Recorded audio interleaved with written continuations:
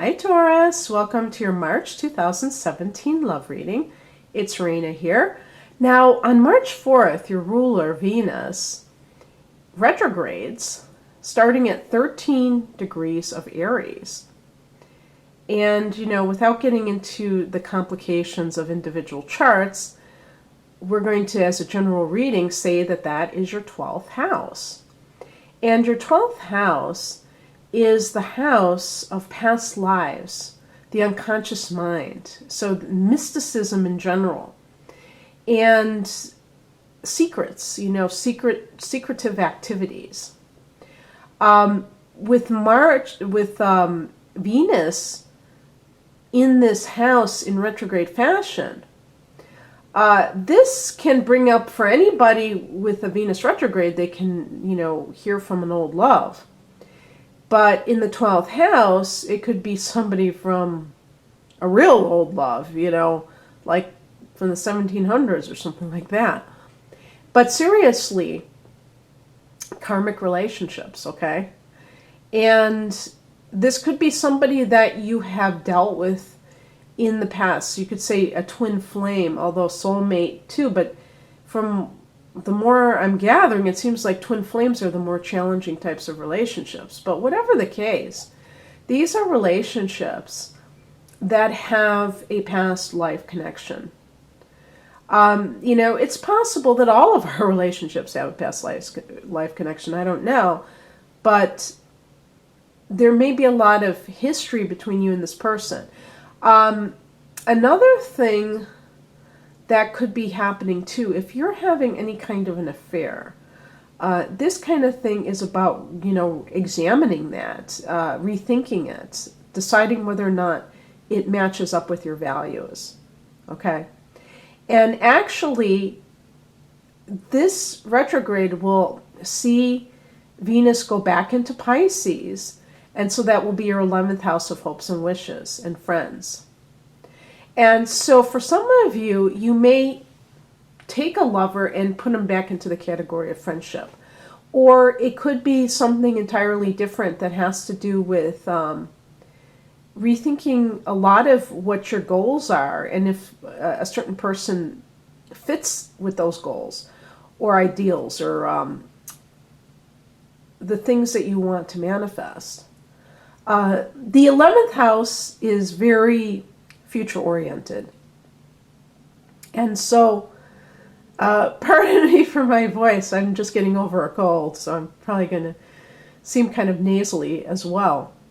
But there's definitely some kind of a review that has to do with, the direction you want to move forward in and the kind of things you want to bring forth into your life. I mean, the 11th house is considered the luckiest house.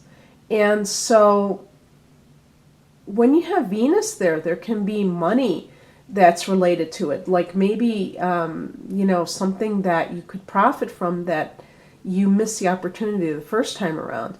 Now, that is not really a love issue, but in the 11th house, it could, involve somebody that you met in a group and you decide, hey, that person, I'm really interested in that person. So that's always a possibility as well. So, I just want to tell you about that. And as I say, we're going to be operating under a Venus retrograde for most of the month. So this energy is in play for most of that time. So your love life may be kind of in that reflection mode in a lot of ways.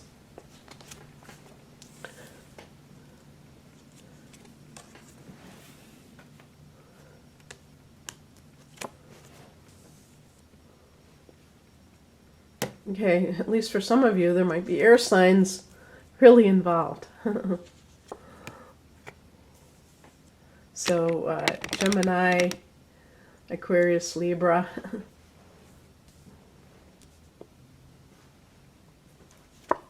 Oh, wow. Okay, now I picked two cards at the same time, so I'm going to have them both. Okay, and I picked that Six of Cups again. So yeah, I'm getting a lot of swords, even with the last card. The swords relate to mental energy. They also connect with strife. So a lot of times when you see, if you have a lot of them, you may have a lot of kind of thoughts racing around in your head about whatever matter is kind of concerning you. And they can relate to air signs or somebody who is predominantly air, who has a lot of, mental, they're coming from an intellectual place rather than a emotional or, passionate type of or even like a down-to-earth place. Okay, so the overall theme is the Eight of Swords. Now, the Eight of Swords isn't really considered, all that cheery because it deals with this feeling of being trapped. Okay, now, this, tends to be, it's funny because there's a card that bears out what I had mentioned astrologically. I'll talk about that in a second. But, the Eight of Swords is like you don't feel that you have the ability to act freely for some reason. But I believe that this card is your own doing. And believe it or not, it's like, to me, that's a very freeing thought, because if you can do something to yourself, if it's not coming from outside of you, really, then that means you can do something to end the suffering. And a lot of that is probably a feeling of paralysis, of, that you can't make a decision for some reason. And for Taurus, there are two reasons for this, because this can also be about a lack of assertion in a situation. Taurus is an earth sign, but it's the earth signs are feminine signs along with the water signs. So they tend to take a passive role. Whether we're talking about relationships or just the way that they conduct themselves in life. There's not, and also being ruled by Venus, there's a tendency to live and let live.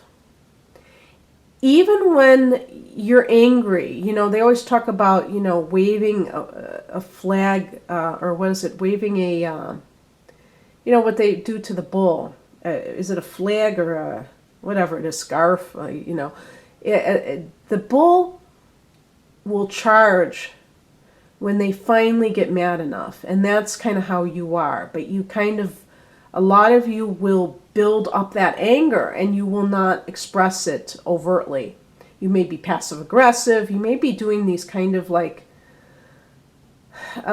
little snarky little things that are not direct.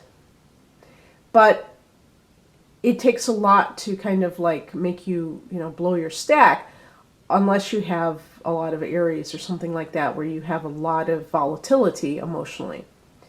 So this is about that kind of thing where you may be like holding on to a lot of things that are wrong, but you maybe haven't stood up for yourself.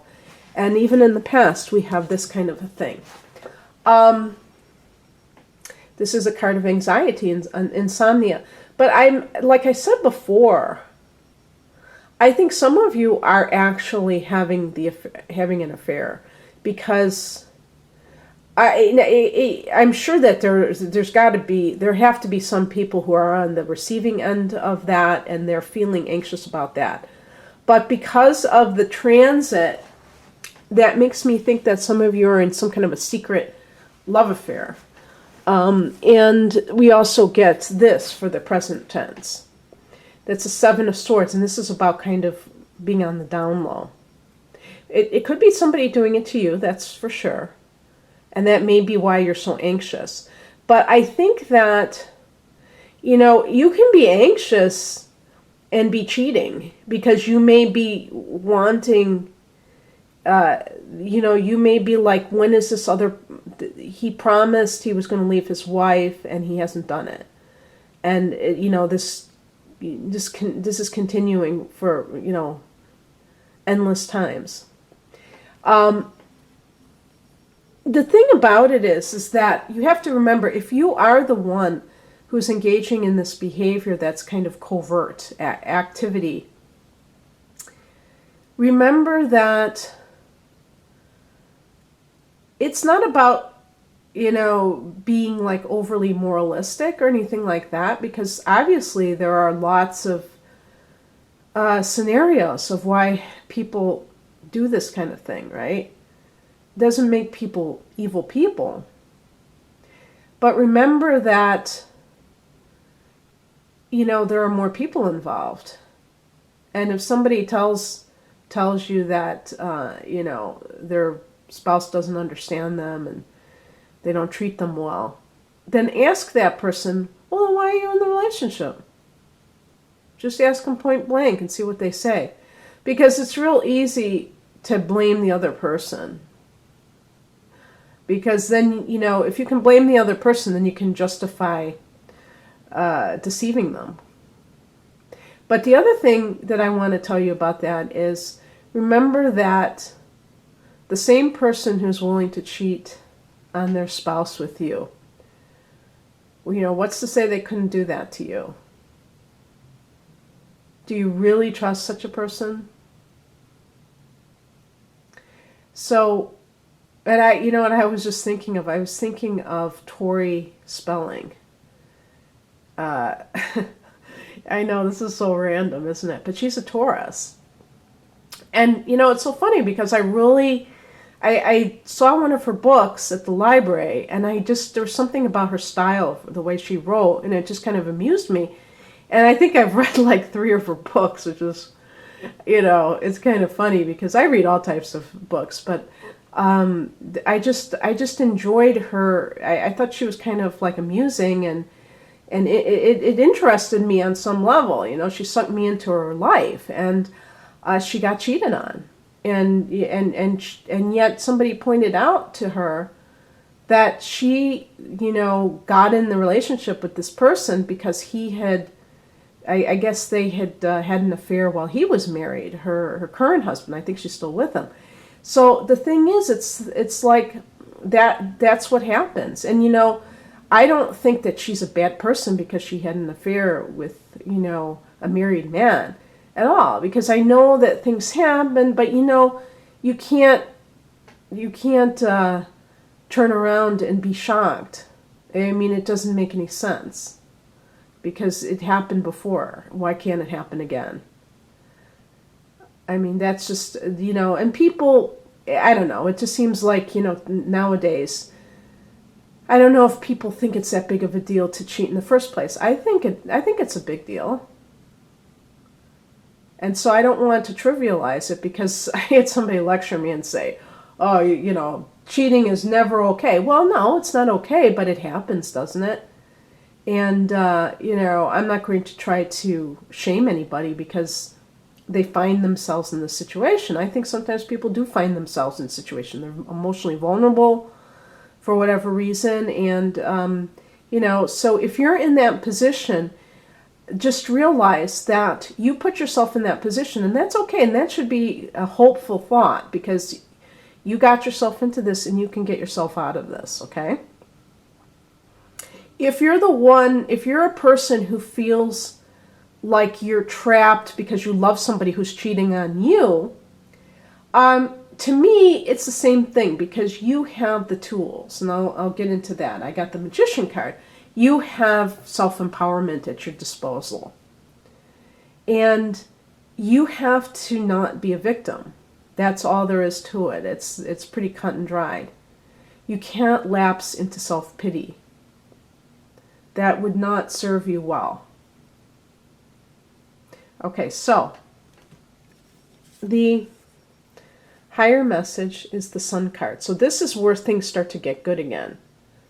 They're a little bit shaky at the beginning, But the Sun card is saying as a spiritual message, you want love and you deserve love. And you need to always, as like a mantra, you need to say to yourself, I deserve love. So anything that is showing up that is not love, that thing is not the kind of relationship that is really you will want to focus on. Okay? If a relationship is lust and it's not love, if it's not something that is from the heart, if it's materialistic, if it's, just based on physical attraction, which I guess you could say that's lust. But, based on the materialism is falling in love with somebody's wallet, falling in love with somebody's looks, shallow things. That's going to be, so when you look at a relationship that you're in right now, does it feel like you are being loved? Or a potential relationship, does it feel like you're being loved? Or does it feel like it's mutual, like you're both using one another for some reason? Another thing too is that this could be a Leo person who maybe not somebody that you're dating, or that maybe it's a friend, maybe it's somebody you cry on their shoulder, but they're the person that's really right for you. And maybe that person you never really considered someone to fall in love with. But that person is the person, okay? As I say, that person could be an air sign. Gemini, Libra, Aquarius. That might not be their sun sign. It might be their moon or their rising sign, but probably even Venus or Mars would also be there to give them a overall feeling of being detached. Those kinds of people, for you, an air sign person, you would get along with them in the sense that you both are not necessarily that emotional in your natural way of looking at life. The way a fire sign or a water sign person has more of a passionate or emotional makeup to their basic nature. And, you share in common with air signs kind of a more detached outlook. However, the air sign individual is theoretical in the way that they operate. So they can really, this could be like someone who has really gotten into your head and is playing mind games with you and trying to convince you that certain things are happening that are not true. They're playing games with your head because they're trying to spin you around, because they want to confuse you. That's how they manipulate. Now, obviously, that would be a dark side of an air sign individual, but they have a detachment that is pretty, I don't want to say like sociopathic, but somebody who is capable of hurting other people and not really feeling the pain. Not talking about all air signs at all. This would be one that is problematic.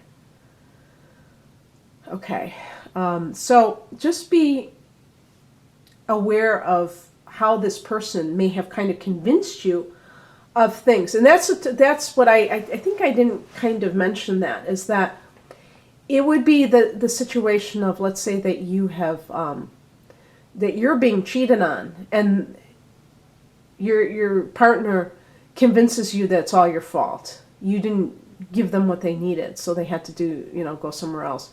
And you start to believe it. You start to blame yourself, and that's where the anxiety is coming from. So the Sun card is saying, that you have that could be in your future, but not if you are embroiled in a relationship that is sinking you fast. That's stressing you out. That's not love. If it stresses you out like that, that's not love. Yes, sometimes relationships that are very, overall very good go through rough patches. That's not what I'm talking about. I'm talking about continuous, continuous feelings of oppression. What crosses you is the Nine of Pentacles in reverse. This is a card I kind of touched upon earlier. And this is something that Taurus, and I'm going to say women only because a woman is featured in this card. And I don't know why. I think even the Rider-Waite deck, this is the Morgan Greer. I think that the Rider-Waite has a woman as well. I think they do that because number 9 might be feminine. I'm not sure, but it's a card of in the reverse or the challenged position. It would be more of a somebody who is materialistic. And is, overly materialistic, and is allowing that to kind of dictate why they are in a relationship. And that could be holding you back. Maybe you're with somebody that is, making you're feeling like you can't stay up at night. And yet you,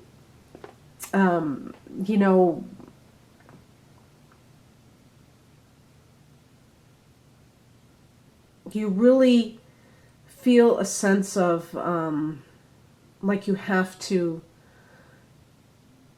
be with this person because they have so much money. You know what it could be too? Actually, what it could be is that you are financially dependent on that person. It's not just that you're greedy. It might just be that you are financially dependent on this person. Okay.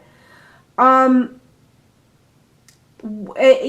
some cases, it could even be that this person is stealing from you, that there's theft, because the Seven of Swords also points to theft. So you may be in a relationship where you're being financially exploited, and that is kind of one of the clues that you're in a very bad relationship, okay? But I always say that these kinds of things can only happen when people place too much value on the material in the first place. Because I find, not with Virgo, because Virgo tends to be very thrifty, but Capricorn is thrifty too, and they do this. I find like with Capricorn and Taurus that there tends to be, when those people are not in balance in a relationship, that they may believe that it's okay to use money as a way to buy the relationship. They may not be consciously aware that they're doing it.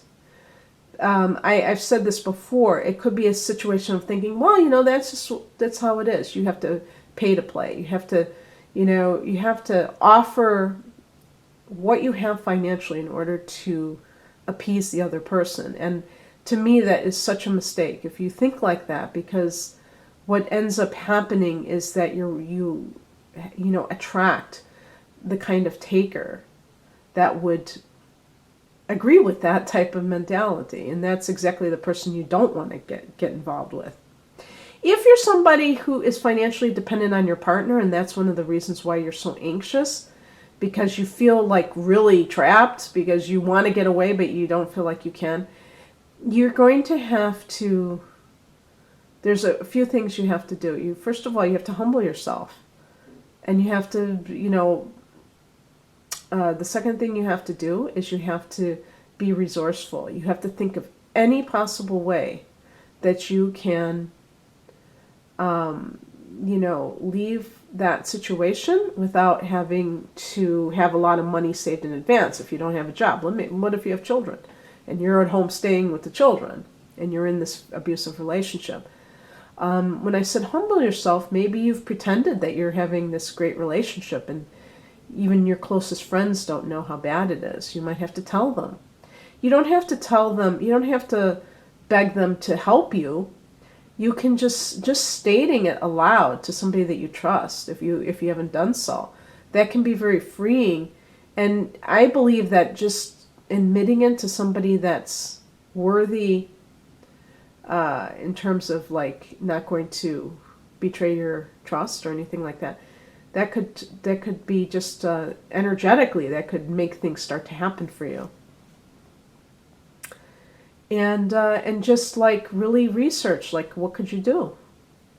You know, there are things. I mean, there's like, you know, even something as, it sounds crazy, but you know, working on an organic farm, maybe they would allow you to have your child there. I don't know, you know, and you work and you have a roof over your head. Maybe that's a temporary thing. Maybe that's the thing you have to do to get from A to B if you don't have any money saved and you need to get out fast because you're losing your mind. You know, think outside of the box. Don't just think that, oh, I don't have enough money, I gotta stay. You know, try to find, you know, reach out and see what's available. I realize that this may totally be different than what a lot of people are dealing with. If you feel like this is not what's happening in your life, at least try to see some kind of common threads. There might be something, a message in here for you as well. The advice is the Magician, or this could be coming in for you. So this is like about you being resourceful. This is what I was alluding to earlier. You know, about having the tools to do what you need to do. He has all the elements there on his table. But the thing is, it's the number one card, so it's a take charge kind of an energy. This is the number 1 year. So it is a year to go in new directions. But obviously, we don't want to be rash, and we also want to have a direction to go in. We don't want to just make changes without having any kind of real, solid place to go. The Magician is about taking steps. You don't have to take dramatic steps. And starting where you are. That's what self-empowerment is. It's not about having to make grandiose gestures. It's about just those. Sometimes researching something is that catalyst. And you might, look something up online about working on an organic farm, whereas another person would just reject it right out, out of hand. That's the difference. Keeping an open mind, not being rigid, can work wonders for you, whatever it is that you're trying to accomplish. Whatever's going on in your relationship, even if you're not trapped in a relationship or you don't feel financially trapped, but you still feel like you're connected in a negative way to some situation where you're in, kind of being held in a state of suspense. The Magician card is about you taking that step, not waiting for the other person to decide. That's one of the mistakes that people make, is waiting for the other person to decide what they're going to do about you. I mean, I just think that's crazy. I decide what I do. Nobody decides what I do. And maybe what I want to do is different than what you want me to do. So we have a conflict of interest. But it's really thinking about and valuing yourself, the number one, looking out for number one. And that is not being narcissistic. There is such a thing as healthy selfishness, but I don't even like the word selfish because it has a negative connotation. So healthy self-interest. If you don't have interest in yourself, you can't truly have interest in another person, because you're always going to be trying to get your needs met through that person. And it doesn't work that way. Other people will give you love, but they can't, fill that void if you have a void inside of yourself because of things that happened in your past. It doesn't work that way.